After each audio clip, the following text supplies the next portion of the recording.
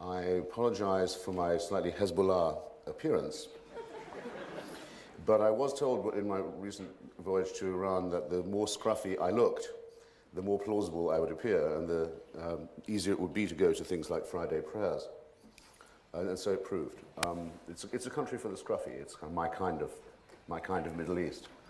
By going to Iran, a country I'd had a great difficulty getting a visa for many, many years, I think I've become the only person who has, since the year 2000, been on the ground in North Korea, in Iraq, and in Iran. In other words, I may now have a stump speech that I can go around giving. This is my prototype for it, as a matter of fact, why I suggested that we might discuss this famous question of the axis of evil and what it means, or what different things it might cover.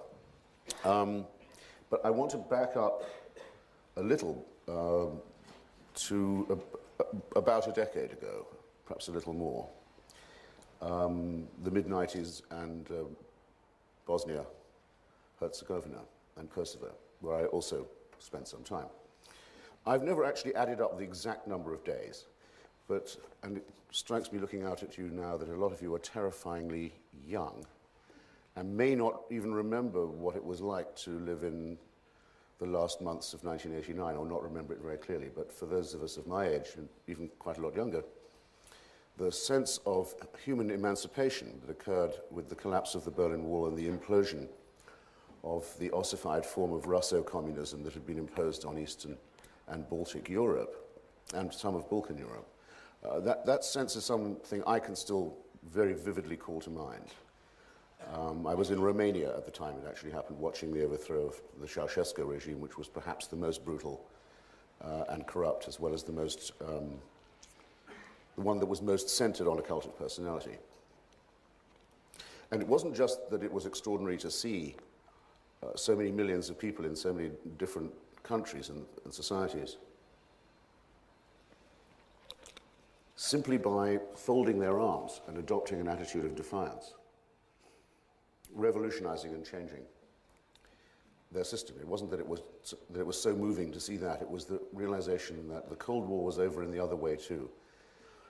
That it was quite likely now that we would not have to think every day of the possibility of a mistake or a crime or a blunder, leading to what was euphemistically called in my hometown of Washington, D.C., a nuclear exchange.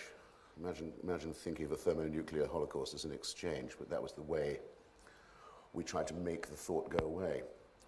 It was an extraordinary period. And in those days, some of you will remember, and you can look it up, there was talk of a peace dividend, of the possibility of transferring the enormous resources that we've been putting into warfare into peaceful projects and into doing something about the real victims of the Cold War, who were the inhabitants of the countries we used to call the Third World. That there would be possibly a new internationalism, a new comity internationally, a new renunciation of force, some spare money, and a common feeling that the values of pluralism and democracy were worth having for their own sake, and had, so to speak, proved their worth in ideological combat against both fascism and Stalinism. It was a blissful time to be around, I tell you. That's November the 9th, call it. That's the day the Berlin Wall fell. Ceausescu fell actually not till Christmas Day, or Christmas Eve in Bucharest. So that's the end of 1989. The 2nd of August, 1990, Saddam Hussein invaded Kuwait. Actually, it's not really strictly true to say that he invaded Kuwait, he annexed Kuwait. He announced that Kuwait was part of Iraq. He did something that had never been tried before, abolished the existence of a member state of the United Nations, a fellow Muslim state, and member of the Arab League. Quite an extraordinary thing to have done. And around that time, Slobodan Milosevic tried to impose the idea of a national socialist, Greater Serbia, on his neighbors in first Slovenia, then Croatia, then most heinously in Bosnia-Herzegovina, and then in Kosovo. And suddenly it hit me. I shouldn't have been part of this naive chorus about the end of history and the peace dividend. I had some reservations about it, which I published, but I had shared in the general optimism. Of course we were not yet out from under the rule or the danger that is posed by psychopathic dictatorship. So I had to spend a lot of time, first in northern Iraq, in Kurdistan, and then in Sarajevo and Mostar, witnessing what happens when dictators are allowed to get their way. And the shameful thought that one had about it was that in both cases, the cases of Saddam Hussein and Slobodan Milosevic, they had been allowed to get away with the impression that they were thought of by Western democratic societies as allies, even sometimes as clients, or if one couldn't go quite that far, as necessary partners for negotiation. And in fact, Milosevic, I remember being called by the Clinton administration a partner in peace, as when he came. He deigned to come to sign the Dayton Accords with them. Don't let me forget his name, Mr. Clinton's negotiator, Richard Holbrooke, thank you. Although Mr. Holbrooke had to grant Milosevic immunity from prosecution to land on an American Air Force base, and this immunity was granted him, I felt that was a moment of shame. And I began to evolve the following view of it. Coexistence with psychopathic dictatorships is in fact not possible. And that is a good thing, probably, because nor is it desirable. 2 or 3 years after Milosevic had been called a partner in peace at Dayton, one of his other conditions, as well as not being arrested, was that the name Kosovo not be mentioned in any of the conversations, that the subject not be brought up. That was acceded to as well by an administration so eager to declare a peaceful victory.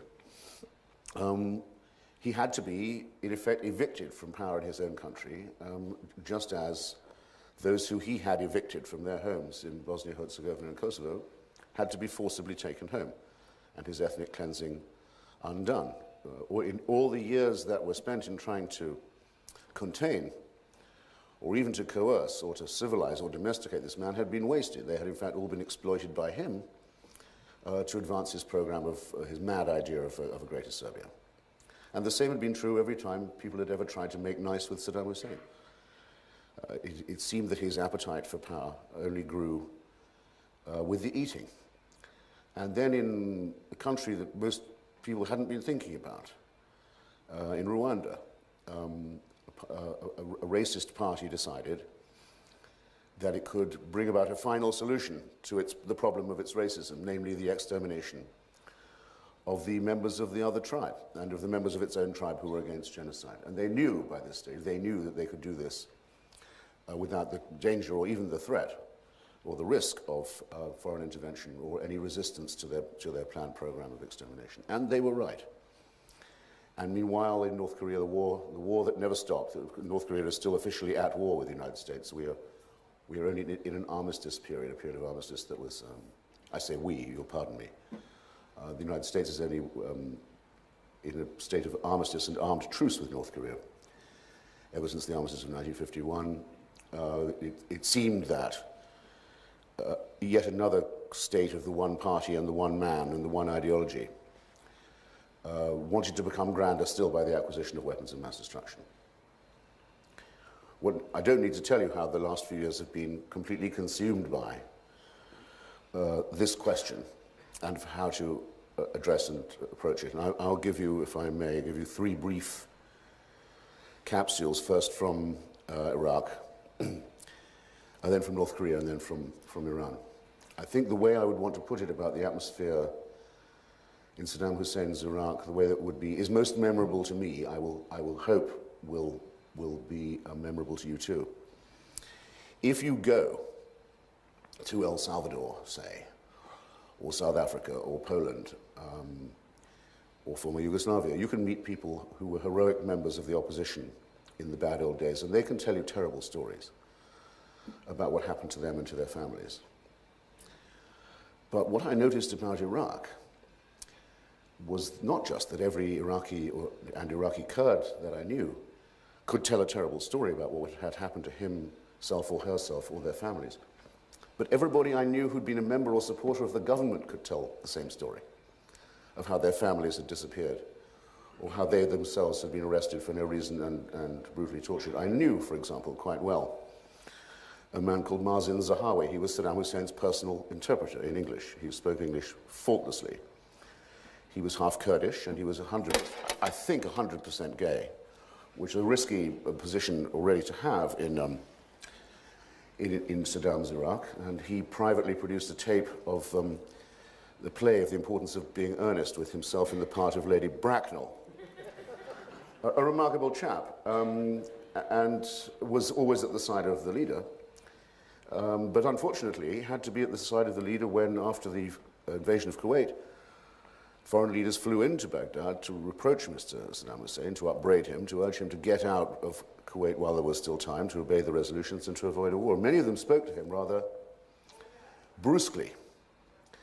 And Saddam Hussein doesn't like being spoken to brusquely by anybody. No mafia chieftain will be insulted in front of his underlings.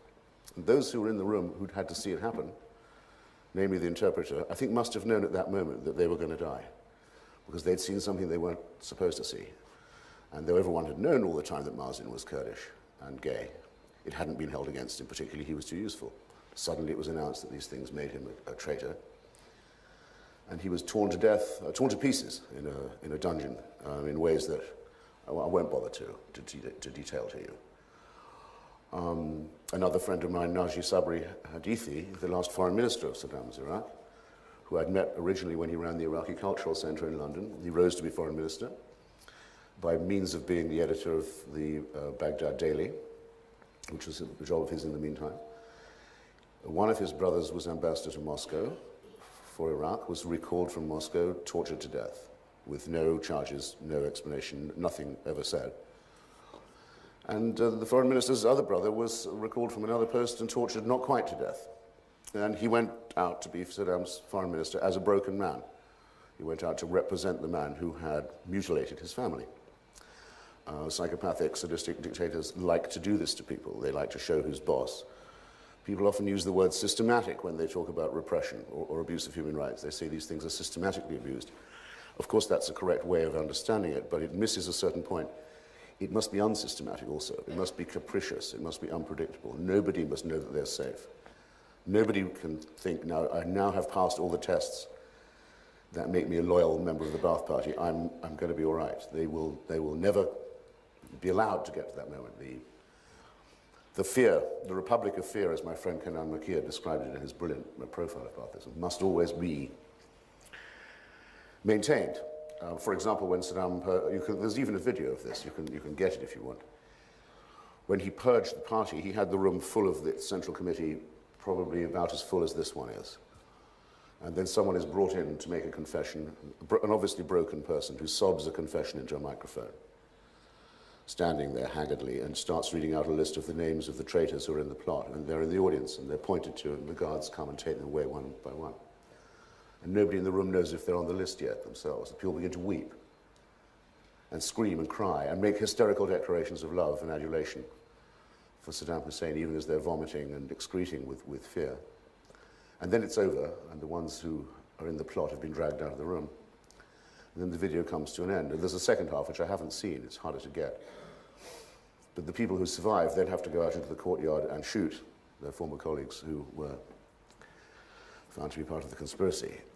That's a detail that, as Kenan Makir says, neither Stalin nor Hitler ever thought of doing that.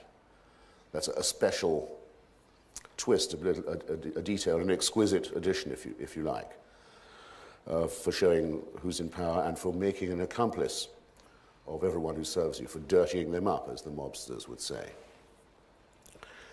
I don't tell you this because I'm interested in the pornography of a dictatorship, though I am.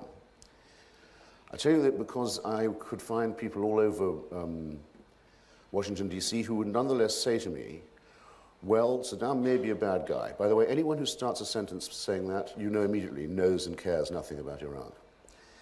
But Saddam may be a bad guy, they would say. I hope none of you have ever said it, and I hope if you hear people saying it from now on, you'll challenge it. He may be a bad guy, the argument went on, but he's a realist. He understands containment. He understands self-preservation. He understands self-interest. Not so at all. It was quite evident to me, to anyone who had tasted what the atmosphere of Iraq inside was like and seen the mass graves, and heard the stories that here was a man who was quite obviously delusional and who had around him, for reasons which must be obvious to you by now if they weren't before, no one who would tell him he was making a mistake. For him to invade Kuwait was an extraordinary mistake. For him to refuse to get out, thinking he'd get away with it, showed that he must have lost control of his senses.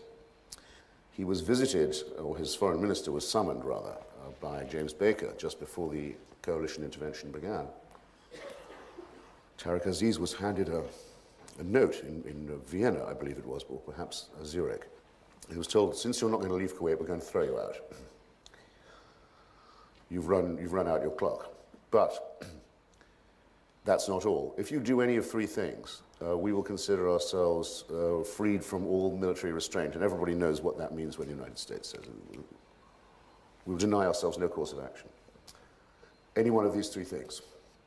If you set fire to the Kuwaiti oil fields, or try to destroy the Kuwaiti oil industry on your way out, if you do that, if you sabotage it, we will consider ourselves not bound by the UN resolutions. If you use international terrorism against us and try and open a second front of that kind, the same applies. And if you use chemical, biological weapons on our forces. Now, we don't know, I at any rate don't claim to know, what the Gulf War syndrome that affects so many soldiers actually is. But it is consistent with at least the possibility that some local commanders of Saddam Hussein's were allowed to, enabled to, permitted to use nerve weapons in the field. It's not to be excluded. I won't say it can be asserted. It's worth bearing in mind. It is beyond doubt that on his way out of Kuwait, when he had nothing to lose and nothing to gain, quite pointlessly, viciously, Saddam Hussein ordered not just the ignition of the oil fields, but the smashing of the heads of the oil wells so that the oil would run straight into the Gulf, which it did. It was thought at one point it would take 10 years to clean it up. And it destroyed almost all the marine and bird life of the area, as well as causing an appalling conflagration that raged for several months before. This will depress some of you. It was put out by Halliburton, by Kellogg, Brown and Root, rather more quickly than that. Sorry to break the news, but there it is. The following year, when George Bush made a visit to Kuwait, George Bush Sr. made a visit to Kuwait to celebrate, as it were, the anniversary of the liberation, an Iraqi death squad was caught red-handed trying to kill him. Imagine if they'd succeeded. So that you had a dictator who was actually insanely and obscenely rash, and whose movements could not be predicted, and whose sense of self-preservation was extremely fragile, and whose hold on reality had largely gone. It's for this reason, and for his continued interest in weapons of mass destruction and the sponsorship of terrorism, that it seems to me that it was long overdue to remove him from power, and that the year to have done that would have been 1991, and it's a shame and a disgrace to the civilized world, in my opinion, that it allowed continued coexistence, continued survival to this regime, and wasted a dozen years of the lives of the Iraqi people, which were consumed by the locust. But I dare say people will want to ask me about that. When I went to Pyongyang in North Korea and started traveling as far as I could outside the capital city, though no journalist has ever been allowed to go off on their own in North Korea, and I don't think ever will be. And in any case, it's a law in Korea that no Korean is allowed to speak to a foreign visitor. So it's hardly necessary to prevent journalists from trying to talk to them, because you can see in the face of any North Korean, if you can get that near them, that they'll back away frightened. They know they're not supposed to. One therefore can't give you quite as many anecdotes about what the texture of everyday life is. However, I am one of those authors who does their best to wage a war on cliché.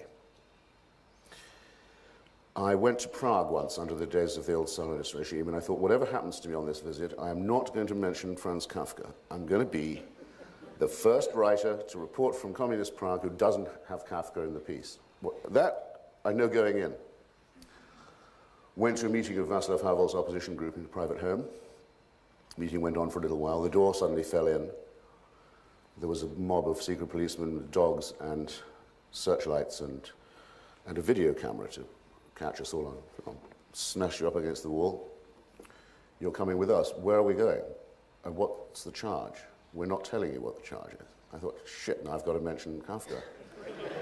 They make you do it. It's compulsory.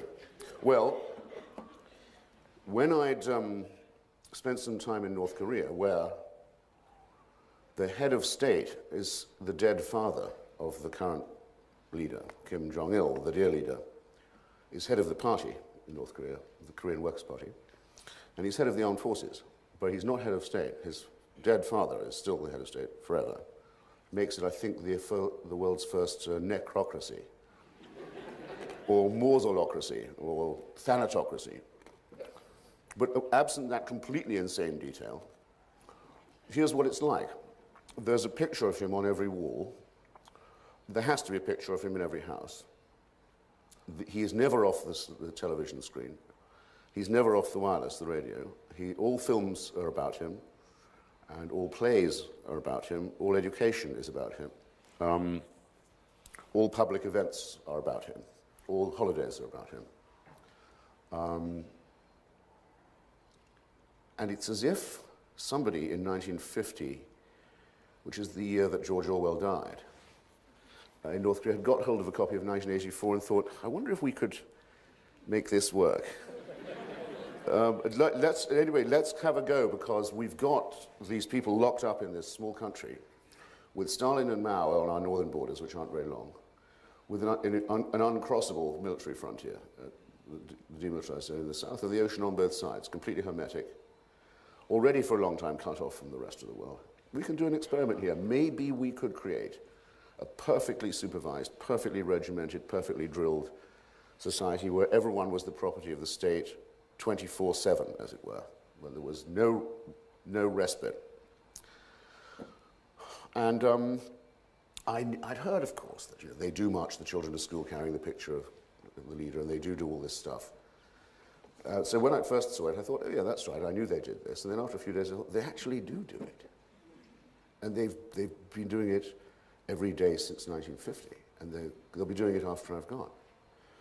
Now, the promise of the authoritarian state, the state that says that you are state property, you, the citizen, belong to us, is that in return you will get, say, 3 meals a day, and your children won't starve, and will be clothed and so forth, and you'll be housed. That's the least you can expect for being state property. And for a considerable period of time in some of the Eastern European countries, a version of that promise was kept. It began to break down. And in China, too, a version of it was kept. It's broken down from time to time, and they're also now being replaced by capitalism. In North Korea, you're state property, but you're starving. It's a famine state. We don't know how many North Koreans died in the famine of the 90s, and it's impossible to find out. But it's several million, and the average height of people in North Korea has shrunk by several inches. And of the younger generation, I mean, obviously the people didn't get any shorter who'd already fully grown, excuse me, but though if the regime could make that happen, it would certainly give it a try. But the babies born in that period, the young of Korea, are much, much, much shorter than their South Korean counterparts, older than parents. And even though the regime makes every effort to show you only the good bits of the country, it can't stop you seeing from the bus as you go across country old people picking up individual grains of rice from the fields and people trying to eat grass. It's not possible to conceal a thing of this kind. So that the promise, as it were, has broken down. I finally had to eat a dog. I was so hungry myself, and I was a privileged visitor and protected guest in a privileged city of Pyongyang. But I finally had to have a pooch for supper. They wouldn't tell me what kind. I somehow wanted to know. It's a big dog, they said, as if that made it better somehow. Don't ask for a doggy bag if you're in North Korea. And I actually got thinner myself. I must go there more often, if you like. But in other words, it's the perfect combination of evil, if you will. The concept of freedom is unknown. It's not just negated, it's not known of it. It doesn't exist. The concept of rights do not exist. But nor is there the most elementary provision for education, health, nutrition, and so forth. That's the best way I can put it. They managed to maximize the worst forms of all kinds of oppression, condense, refine, distill, and then again refine them to make it the most miserable place in the history, perhaps, of the world, and certainly on the face of the planet. At present, and as always with such countries, there's only one thing that does work, and that's the military and the police. And we know that the power projection made by the regime, the way it believes that it can sustain itself and survive these rigors and these pressures, is to use nuclear weapons either as blackmail or as what would be the word? Extortion. In other words, to ask for the food it can't grow to be delivered to its doorstep in exchange for empty promises about a possible future denuclearization. Here's how crazy it is, by the way. The USAID, when it gives out bags of grain or whatever else it might happen to be, they insist on stenciling on the sacks a stars and stripes and says a gift from the people of the United States. It'll say it also in the local language, so that the stuff can't be abused and so that people know that this is from America. It's a small enough thing, but North Koreans don't mind handing it out like that at all, before it goes onto the black market, where it's usually bought up by the army and the party people if it isn't, who have first crack at it anyway. But they don't mind people in the starving outlying cities seeing this, because they say, you see, our leader is so much loved by the rest of the world that he's, and so much feared and so much respected, that tribute is paid to him. And it comes even from the United States of America. And the people have no means of knowing that this isn't true. What I want to know is whether they can guess that or not. I'd give a lot to know what goes on in their minds. North Koreans are starting to defect now, very dangerous business, across the border from China. They didn't used to do that before. We'll see. But it is not possible. I cannot deceive you. I cannot give you a direct account of what is happening in the North Korean mind. But we will, I think, soon find out. At any rate, I would say that there was a very strong correlation, therefore, between the internal nightmare of the ideology of the regime and the need on its part to impose itself on the outside world as well. These two things are not coincidental, they're indissolubly connected. Well, to Iran. Somewhat different. The regime has outlived, for example, the man whose portrait is indeed everywhere, the Ayatollah Khomeini. He has been dead since 1989. But the regime which displays his picture still goes on. It is still a theocracy built in the image of one man, and on one rather particular interpretation of the rights of Shia clerics to make laws. It is actually a declining regime for that reason, because the generation of mullahs who imposed this revolution and the generation of revolutionary guards who actually imposed it by force is dying and moribund, and it's very clear. I went several times to the weekly Friday prayers that are still held at the university, the annual rally, the weekly rally of the regime. And all the speakers were very elderly and often quite quavering. The snowy bearded, if you like, rather than just white bearded and turbaned. There was a time, obviously, when it was very terrifying to live in Iran. I can tell that because of a friend of mine who runs a bookstore. He's a big, tough guy, heavy set, brilliant intellectual, Kurdish, strong fellow. But every time anyone with a beard came into the store, there was a flinch in his eyes. He would act nervously, and someone else hide a book under the desk. Or he wasn't all that terrified when I saw him, but he was a man you could tell had lived under a reign of terror. When you've met someone who's been through that, you'll always be able to recognize the symptoms. It must have been very bad.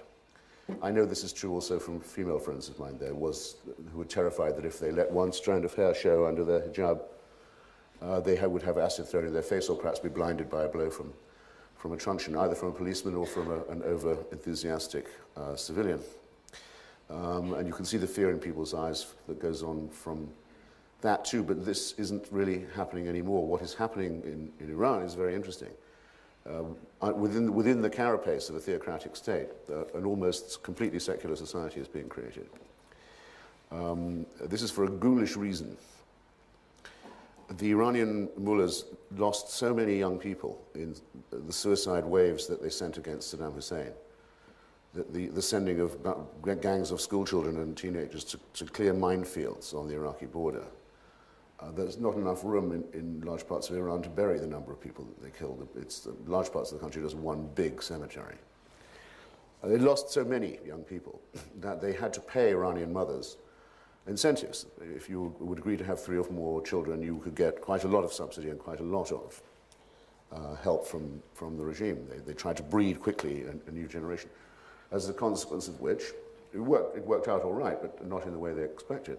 As a consequence of which it's estimated more than half the population of the country is under 25, and they all hate the mullahs. So it's what I call the baby boomerang in Iran. And if you want to get a drink, which believe me, I did, I found a bootlegger at the airport when I arrived, as a matter of fact.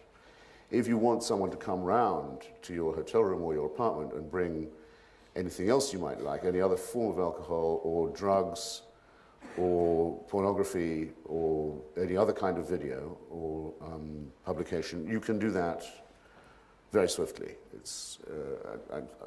The mullahs are powerless to stop it, and they may even, some of them, be profiteering from some of this illegal black market themselves. There is a tradition in Shia Islam, very, very firmly believed in by the devout. It's one of the many ways in which Shia Islam is quite like Roman Catholicism. It has 12 imams. One of them is still alive somewhere. He never died. He's never left the earth. He's never left us. He will come back one day, and then we'll know. We will know that the reign of justice on earth is about to begin. Some people thought Khomeini might be the 12th Imam, but he was too pious a man to claim it. It's very blasphemous to claim it for yourself. And it may not be a Shia, and it may not be a Persian. We don't know, but the hidden Imam, they believe, is somewhere. Well, I overheard 2 taxi drivers discussing, and one of them said, "Do you think maybe George Bush is the 12th Imam?" Now, when things have gone that far, the authority of the mullahs, I think, can be said to have been fairly fatally undermined. These drivers won't stop for anyone with a turban. It's remarkable to see it in the street. These guys just wave and wave, the cabs go straight by, and no one will pick them up. It's very widely said, it was very widely said to me, that they wished that there would be an American military intervention. It was said to me most memorably by someone I know slightly, Hossein Khomeini, the grandson of the Ayatollah Khomeini, the only living male Khomeini, in his home in Qum. He said to me, "We wish that there would be an intervention to remove the theocracy." You ask, well, why should Sayyid Hossein Khomeini want to remove theocracy? He's a mullah. It's because he's a genuinely believing and devout Shia person, and a great admirer of Grand Ayatollah Sistani of Najaf in Iraq, where he spent a good deal of time lately. And he believes that if it goes on this way, his religion will be discredited, and that the Shia cause will be disfigured and defamed and discredited by performing a dictatorship. And he's right. It's led to the mass production of atheism among young Iranians. I slightly hope it goes on a few more years so the job gets really thoroughly done before it falls, which it will. If we were able to establish an ordinary timeline for ourselves, we would say, I think, that within 10 years, the generation of the dictatorship will die out and will somehow be replaced. It will be an organic, internal, endogenous process of self-transformation of Iran. Everyone has a satellite dish. Almost everyone has a relative outside the country. People travel. They all get the news. They don't bother with the official propaganda at all. And they're ready to vote. And when they do vote, they always vote against the theocracy. It's just that there's a reserve government, a secret state within the state that does not actually allow them to take power. But unfortunately, again, there is another timeline that we can't overlook, which is the surreptitious acquisition of weapons of mass destruction and the sponsorship overseas of religious gangsterism. And it's not possible, I think, to allow ourselves with any insouciance to say, well, let's have another 10 years of that as well, while it gradually wears itself out of existence. So once again, we're confronted with people who are gifted, talented, useful, civilized, people who have been denied all their rights, but who know it, and by a government that tries to stay in power by making threatening gestures towards its neighbors and towards the international community. This dilemma is evidently not going to go away. I have some thoughts about what might be done next about all of these things. And I think probably the moment has come when I've spoken enough in my own voice. And I'd be as interested to hear from you if you have any thoughts about this, as I would be willing and eager to take any of your questions. So, with thanks very much again for coming, I'm all yours. Thank you.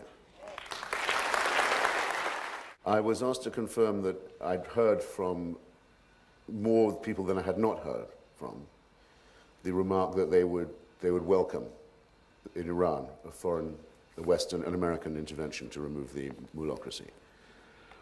And which I can confirm, yes, that's very commonly said. And I was then asked, well, would that not destroy the emerging democratic opposition there? Would it not compromise it? The answer to that is probably that it would. I mean, there are a lot of people who say they think.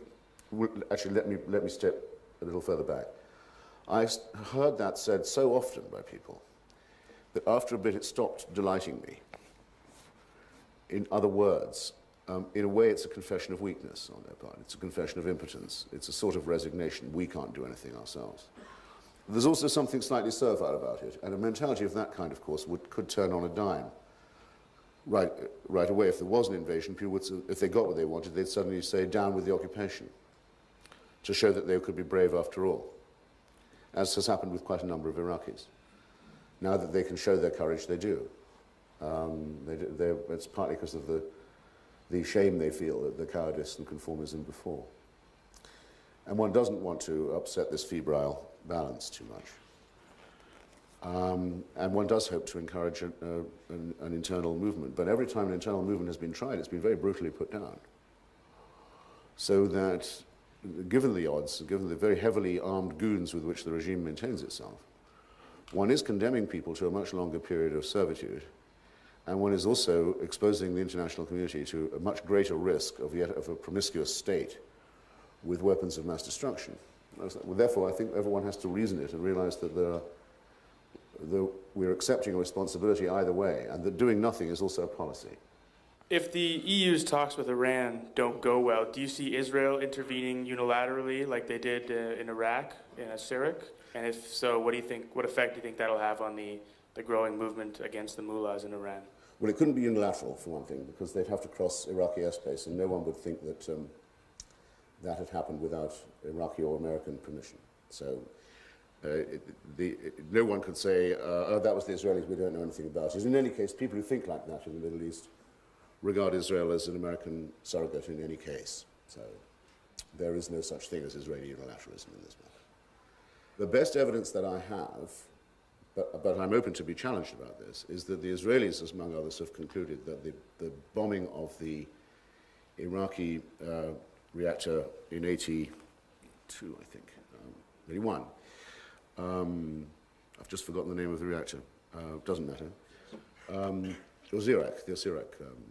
Oshirak, as I call it, because he built it for Saddam Hussein, knowing what he wanted it for. There's another unilateralist at the UN for you, by the way. Only retarded and may in some ways have advanced the Iraqi nuclear program, because it just drove it further underground. I've heard many Israelis say that.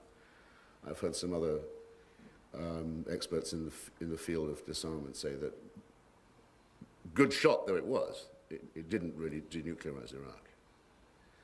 And the Iranians, in any case, as we all know now, have configured themselves so that it will be much harder to have the core of their program taken out in any one place or in any one day.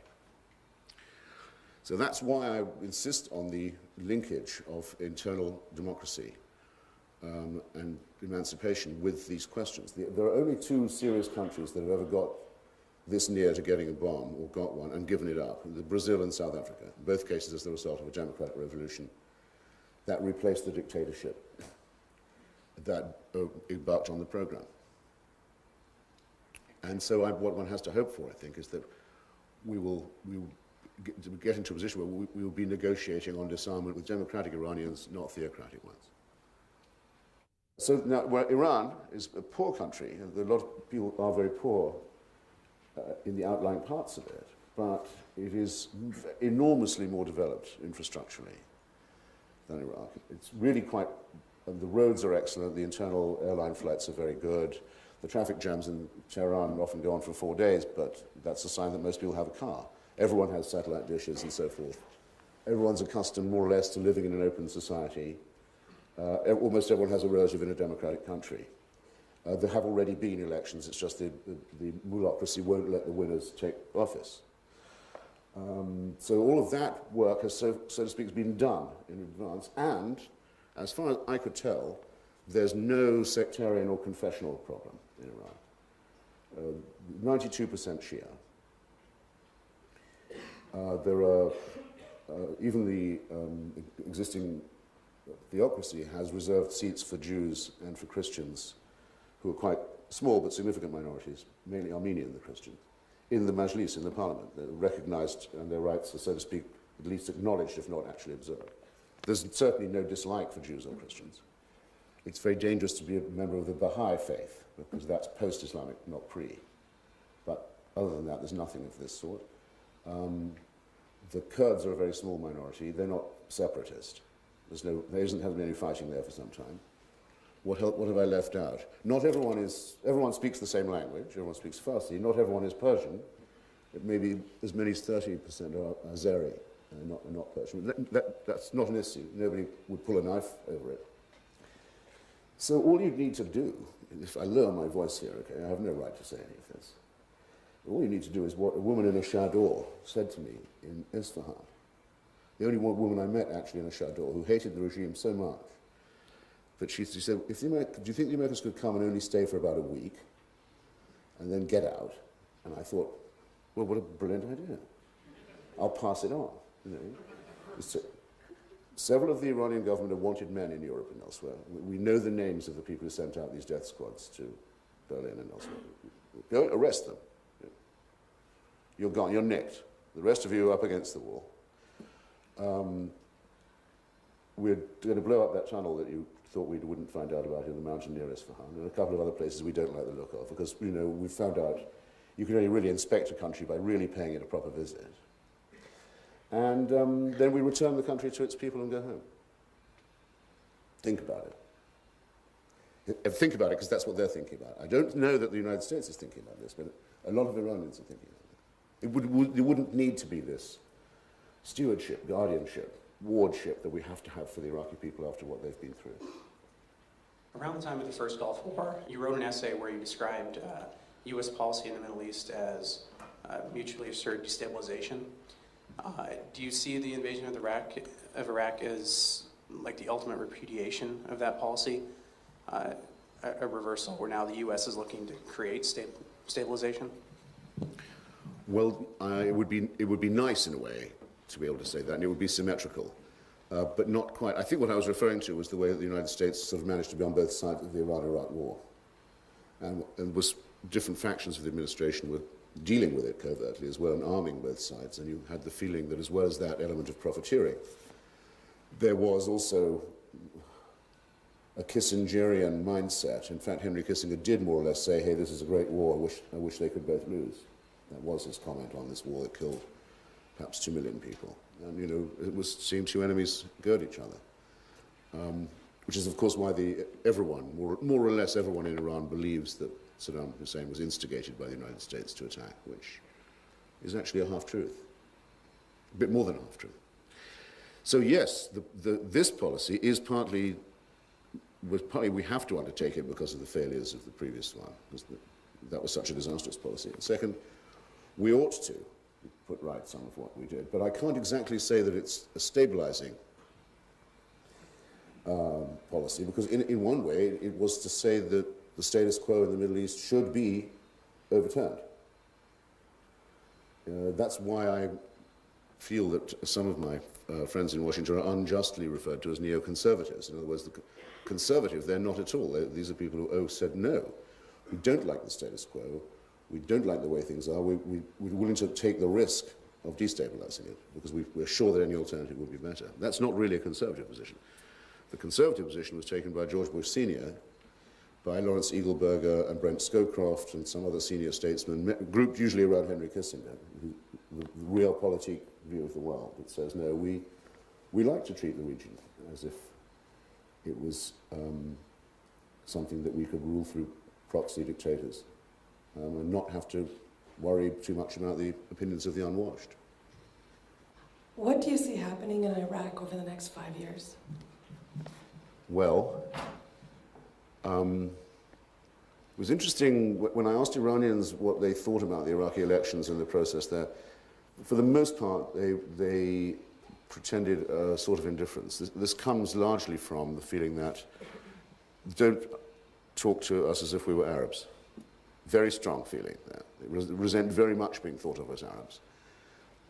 Do not imagine that they have anything to learn from an Arab model of any kind, and regard Iraq not as a nation, but as a state, as a recently cobbled together political entity, not a wonderful millennial, highly evolved civilization like the Persian one, which is 2,000 and more years old.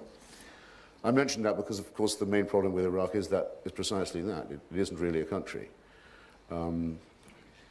There is Iraqi nationalism, though, and what's going to happen over the next 5 years is a competition between that feeling of nationalism and other feelings of national, ethnic, or confessional allegiance.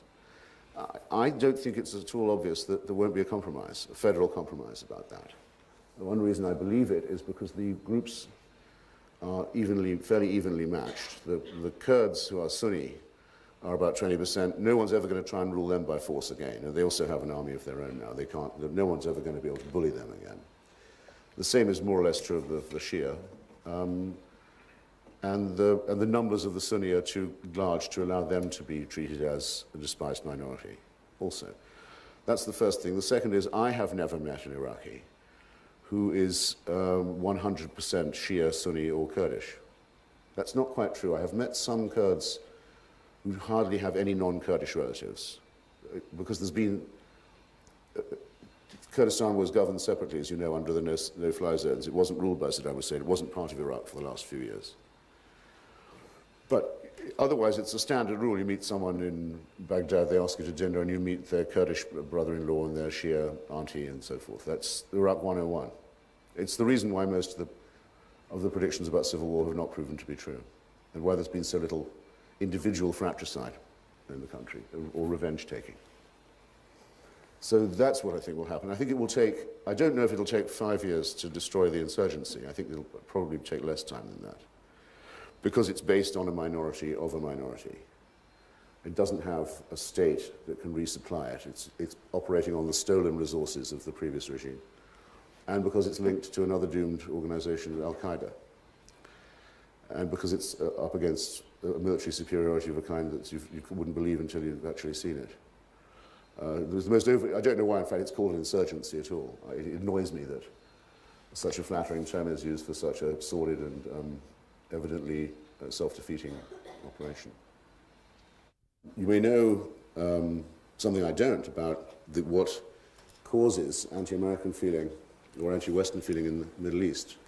But I don't think it's Western intervention. I mean, I think that's giving a free pass to the Al-Qaeda mentality. You should take them seriously. You should see what really does constitute their grievance. I can tell you, well, you know what their grievance is. What makes them angry, what makes them want to kill. The sight of a female face, for example, or a Shia Muslim, or a synagogue, or a skyscraper, or a Christian, or a Hindu, particularly the Hindus. That's what makes them angry. Now, I'm sorry, I have no patience whatever or at all with people who say that what brings them about is resistance to them. For one thing, it's not true. For another, it euphemizes their actual propaganda, which I've just delineated for you, which, as you know, is unarguable. You can read for yourself what their complaint is. And for the third, it would have to mean surrender. If resisting them only makes them more active, then we might as well give up now. They've won, haven't they? Well, they're not going to win. And their popular base is going to be tested for them. They didn't even run in the Afghan elections, and I can tell you what would have happened to them if they did. They didn't try to run in Iraq, and I tell you what would have happened if they did. They're not going to run in the Lebanese ones, and I can tell you what would happen if they did. Why are you being a ventriloquist for them and saying that their appeal is growing? And why do you imply that it's the resistance to this fascism that brings it about? This is defeat in the mind. Drop it, I would. I'd stop saying that.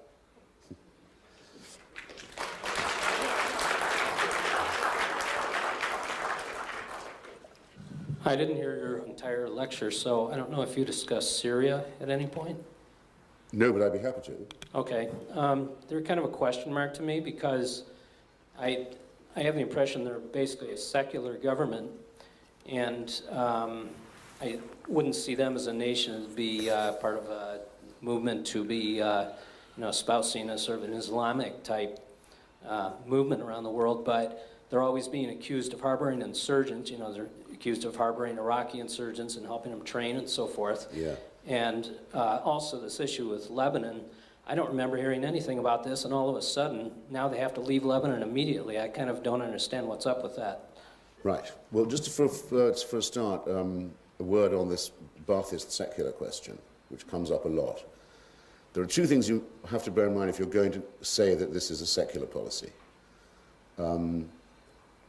The first is that it's explicitly based, and you can look at, you can look up as I have, the original writings of the founders and inspirers of the Ba'ath Party. They modeled themselves basically on European fascism. I don't think European fascism was a Christian movement exactly, though it did have the support of the Vatican. I think it's a bit much to call it secular somehow.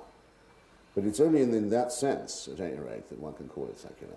It proposes instead the worship of the state, of the party, and of the leader.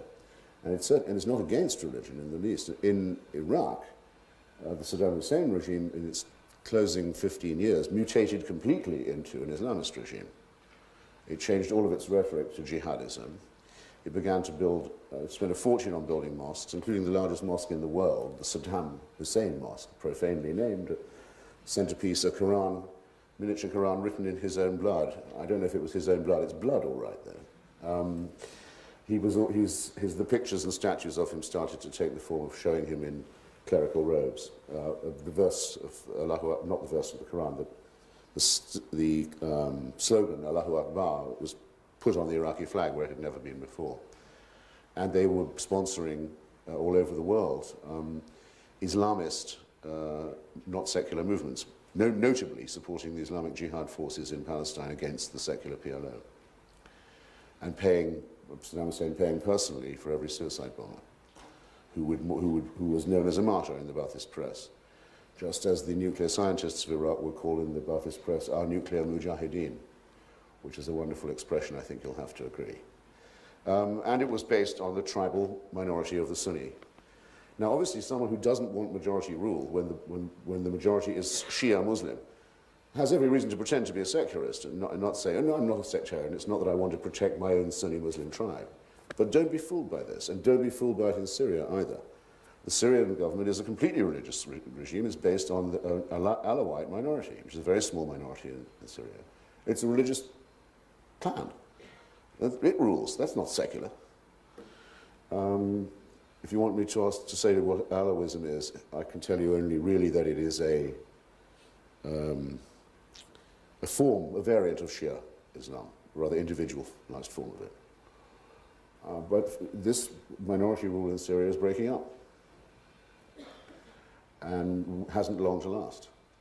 But while it does last, there's no question that it sponsors what you say it does not sponsor, namely clerical terrorism around the world. Its main ally is Iran. Its main trading partner and armorer is Iran. It's just made a formal military agreement with Iran, and with Iran it co-sponsors Hezbollah,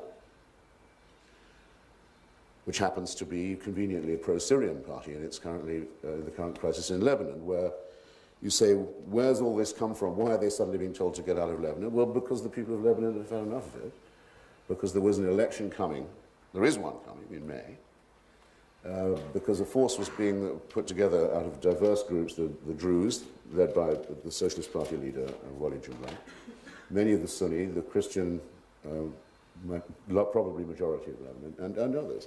And Mr. Rafiq Hariri was going to join this coalition, and if he'd done so, it would have been very hard for it not to win. So, like everyone else who's ever criticized Syrian rule in Lebanon, he's been murdered. I don't say the Syrians did it, I say that that's what always happens to people who criticize Syrian rule. Those are the facts. That's what happened to the previous head of the Socialist Party, Kemal Jumla. That's, I think, why you'll find that suddenly, all of a sudden, in a way that seems to have upset you, I'm sorry, they're being told their time in Lebanon is up and they should go, as they should. a week ago, Russia proceeded with its agreement with Iran to provide them with enriched uranium. They're also supplying mid-range missiles to Syria. And this is all following a brief meeting with the president about 2 weeks ago in Europe. There's criticism on both sides of the aisle that the president blinked during this meeting. And I was hoping to gauge your thought and opinion on where is the U.S. relation, where are the U.S. relations heading with Russia, particularly with respect to the Middle East, and what are we essentially looking at? Are we again looking at a stare down with Russia, or do you hope that the situation will come around because the sentiment is for democracy is too great? The stupidest thing that I think that George Bush has ever said, some might laugh at this point and say, how long are you going to go on before you pick one? But actually, I think he said many quite shrewd things, including about the axis of evil. After all, think what we've been talking about just now. Who says he wasn't right to say that was an axis of evil? Nobody says that now. Everything we found out about those countries was much worse than what we thought, for most people to find out anyway. However, I should say the stupidest thing the president said was as soon as he saw that Vladimir Putin was wearing a crucifix around his neck, he knew he was a man who could be trusted. I have garlic under this, in case you're wondering. And he looked him in the eye and he knew he was a great man. And I mean, I thought, oh God, so that really is what you get if you're faith-based. You get a KGB weasel as your partner. And it's too late to say that you think he's no good after you've endorsed him in that manner. Now, since that time, Mr. Putin intervened outrageously in the attempt of the people of Ukraine to make a self-determined government of their own. I do not believe, I say it flatly, I do not believe anyone in the Ukrainian KGB would have dared to try to poison the opposition leader if they thought the Russians didn't know or might disapprove. It is not possible in that milieu for the approval of Putin, at least negatively, not to have been sought. And I think that question should be asked much more aggressively than it has been. Mr. Putin's policy of unilateralism in respect of Iraq at the United Nations, putting Russian interest, or the interest actually of a clan of former Soviet mobsters who are owed a lot of money by Saddam's regime and who were trading on the oil for food program, which is largely run through Russia, was scandalous. That's unilateralism at the UN, not what the United States was doing, which was trying to get the existing resolutions enforced. And yes, now Syria and now Iran. And they're very unhelpful about North Korea too, and dragging their feet on an agreement we've had for a long time. I'm sorry I keep saying we. I was in America this morning and I'll be there again tomorrow. You'll pardon that. To build down the existing nuclear stocks, a lot of which are still targeted and still in the silos. That should have been done years ago, and it hasn't been. And this is to say nothing about how he doesn't let the Russians interfere in their own internal affairs, which he does not. I mean, he's quite clearly embarked on a course of one man and one party rule for his own country. So this is extremely dangerous. And it shows that there has been a great Russian chauvinist resentment ever since the events of 1989, the feeling that they are on the losing side and that they're becoming a victim country. This, I think, is incalculably dangerous. You mentioned three very repressive regimes, of which one, the United States intervened in Iraq. Are you justifying also that the United States or whoever should also invade Iran, North Korea? And on that basis, if your answer is yes, I mean, who becomes the arbiter? And what is the criteria then for not invading Saudi Arabia, Egypt, whatever repressive regime? If you return me to the question of quo warranto, the old question, by what right, which must be asked of everything. As you know, there are 4 conditions under which a government can be said to have sacrificed its sovereignty and to have put itself outside international law, such that the United Nations can contemplate removing such a government or intervening in its internal affairs at least. These 4 are the following. Invasion or invasions of neighboring states or occupations of neighboring states. Violation of the Genocide Convention, which mandates action both to prevent and to punish it from all the signatory powers, of which Canada and the United States are. 1, 2. violations of the Treaty on Nuclear Non-Proliferation, NPT, and sponsorship of international terrorism. Any of those four qualify you to ask for any member of the Security Council to ask the United Nations to consider taking action. Well, with Iraq, that's easy. All of those four violated repeatedly, serially, flagrantly. Got away with a lot of them, should have probably been arraigned earlier than they were. Iraq was not a sovereign country in 2003. It was under international sanctions already. Large parts of its airspace were patrolled by American and British planes. It didn't have really control over its own borders. It was an outlaw state in law.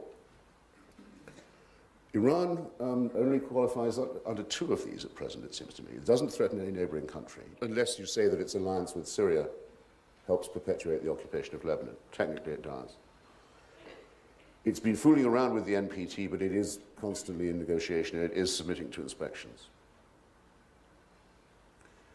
And it does sponsor international terrorism. But I would say in the most ambiguous form, in that Hezbollah is not like Al-Qaeda or Islamic Jihad. Hezbollah is a Shia political movement with a military wing. And there would be some argument in the United Nations, I think there should be, as to whether or not it qualifies as a terrorist organization purely and simply. I would say that it did not. So this is very difficult. North Korea commits genocide only against its own people, not others, but it does do that. It's a political policy of starvation. It's in flagrant breach of all agreements on non-nuclear weapons. And it plans to invade South Korea. It maintains itself on an invasion footing at all times. So you would be as good a judge as I, but these are the criteria. And as you'll see, it should get people to stop doing this rather annoying thing. If one makes a case against Saddam Hussein as carefully as one can, they say, well, why don't you go and invade Robert Mugabe then? I hate it when people do that. Don't do it. Please, don't do that. It's my understanding that back in the 1920s, when Ibn bin Saud was trying to create his personal state in post-Ottoman Arabia, he made a deal with the Wahhabists saying that if you support my political agenda to create the state of Saudi Arabia, I'll support you in your education programs and allow you essentially free reign within my territory. Now fast forward to 2005, now you have Al-Qaeda and all these groups that spring from Wahhabism, and you have the United States that's now pressuring autocratic regimes in the Middle East to democratize. And my specific question is this: is it still in the House of Saud's best interest to support the Wahhabists and their educational institutions within Saudi Arabia, essentially their domestic forces? Or is it now that, to use a totally politically incorrect term, they feel that they've made a deal with the devil, and that now they're having all these pressures from the United States, and they're essentially walking tightrope? So I just want to know your answer on that. But by the way, I don't think there's anything politically incorrect in saying deal with the devil. Your analysis of it is, as far as I can see, flawless. As far as I know, that's exactly what did happen, and it's also exactly the question that they are having to confront. Is it worth it? Because they've invested billions of their petrodollars in creating madrasas for the inculcation of a very fundamentalist version of the Quran. In Indonesia, in Algeria, in some parts of Turkey, and Africa, Nigeria, which I think is the next place where there's going to be a confrontation of this kind, by the way.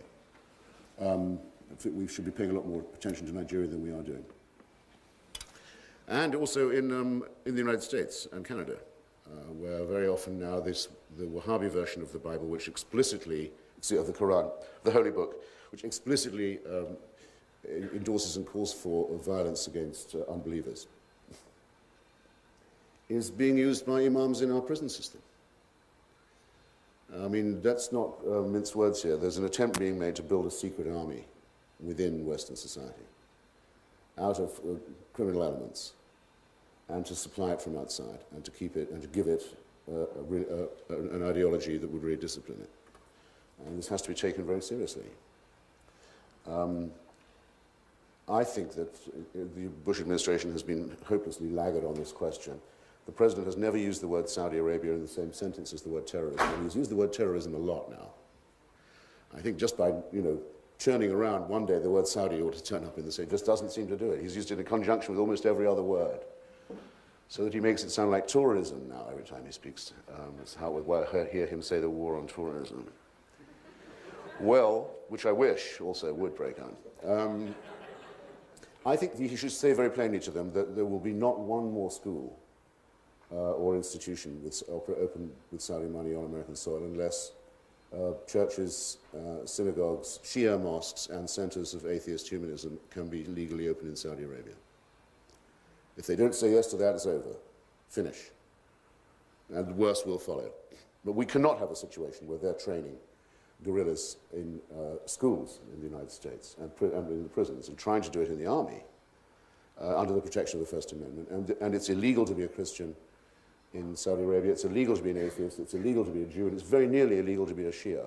Though one of the very good things that has been happening lately is the signs of stirring among the Shia people of Saudi Arabia who happen to do the heavy lifting in the oil fields and all the stoop work down there. And they're beginning to get ideas out of Iraq, and I hope we're encouraging them to do so and make life hell for the kingdom and for the Wahhabists, where they live every day.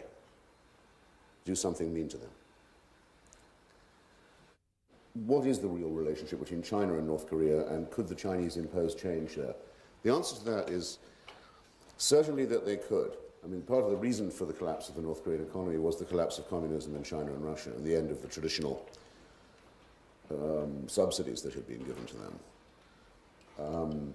That plus their own fantastic agricultural incompetence. And the Chinese control most of the avenues through which trade goes in and out of North Korea. And there is also, on the other side of the Tumen River that separates the two countries, there's a Korean-speaking area in that province on the border. There's a large Korean-speaking minority, ethnic Koreans, in fact, in China, which gives them an interest, because that's where the refugees are going. And obviously, China hopes that North Korea does not completely implode, because if it does, the whole population will try and escape into China, facing them with a huge demographic crisis, a minority crisis that they don't need. So they're very interested in getting a soft landing for the regime. And this may explain why they seem reluctant to do anything very public. But they have a real interest on the disarmament question, which is this. If North Korea carries on with this promiscuous policy, it will almost certainly force the Japanese to declare themselves a nuclear power. The Japanese, we know, have the resources to, and they possess the knowledge to put together a nuclear weapon in a day. They just don't do it because their constitution forbids them to do it, and because there's a very large public opinion that is, for obvious reasons, very anti-nuclear. But if you remember, when the Koreans last tested their long-range missile, the missile that they've been selling, by the way, to Iran, and were going to be selling to Saddam Hussein had he stayed in power, they tested it without warning by firing it across Japan. So it landed on the other side of Japan in the sea. That's how the Japanese found out. Now, that does make them nervous, because it means they don't have to ask the question, I wonder if they can reach us. Now, China quite obviously does not want a nuclear Japan. So you can do the triangulation of it very simply. It's obviously in China's national interest to keep Japan non-nuclear. So for them to do that, they'll have to make sure that North Korea becomes non-nuclear too. So it would be nice, I think, if the Chinese acknowledged that this was the fact. And we're not asking them to do us a favor. We're asking them to do themselves a favor, as well as, of course, the people of North Korea. My question, we were talking about negotiations and your sticks and your carrots, and you were saying you need the other boot to kick them if they don't follow through. Well, look back to the 94, the agreed framework with North Korea, and they broke it 5 minutes later. When we found out in the fall of 2002 that they weren't agreeing with it, what should have been the reaction? Come to the table again, and we'll negotiate from this point, or something else, the stick? Well, there's a hideous difficulty here, which you probably understand, some of at least, which is the same as the one I dwelt on with Saddam Hussein. We don't think that the mullahs are, I probably should have said a word about this.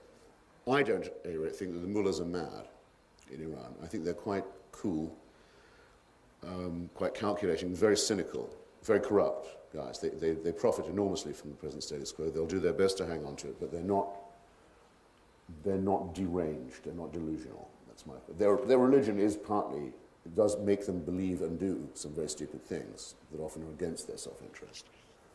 But that's what religion does.